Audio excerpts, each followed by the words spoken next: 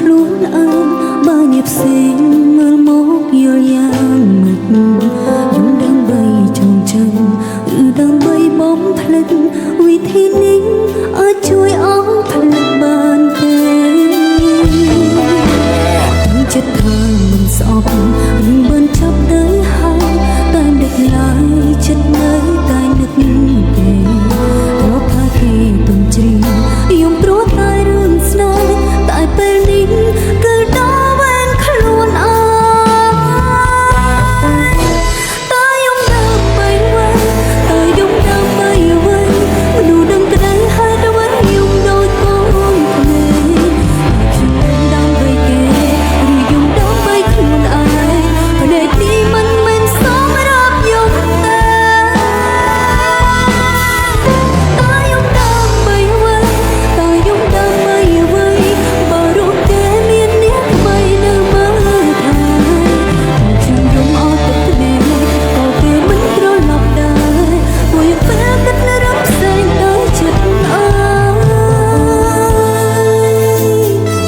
ន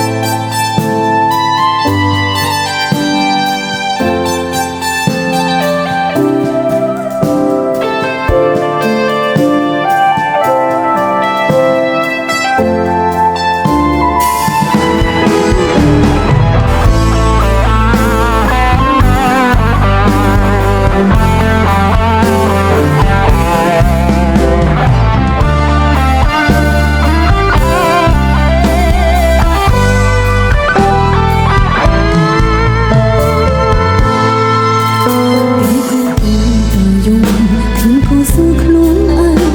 េ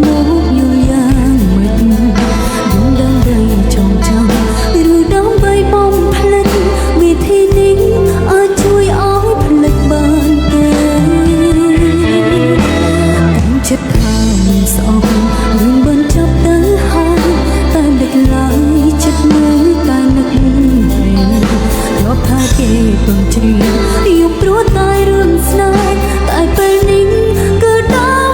ខ្ញុំដើម្បីគេ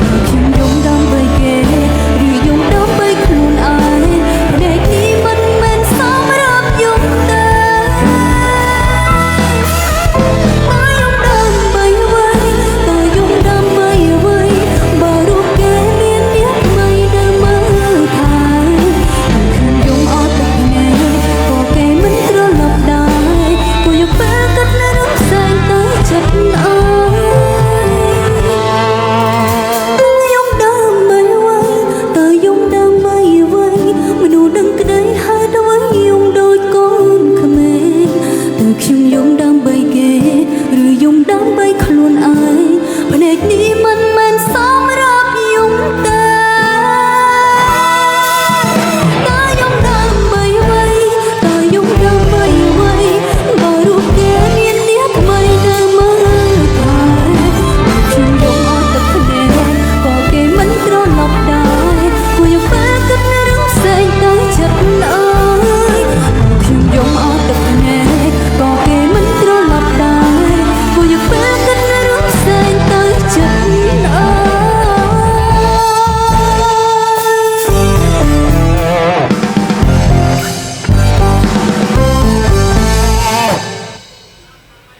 ចាអរគុណសូមរីករាយជាមួយនឹងតារាចម្រៀងជាបន្តទៀត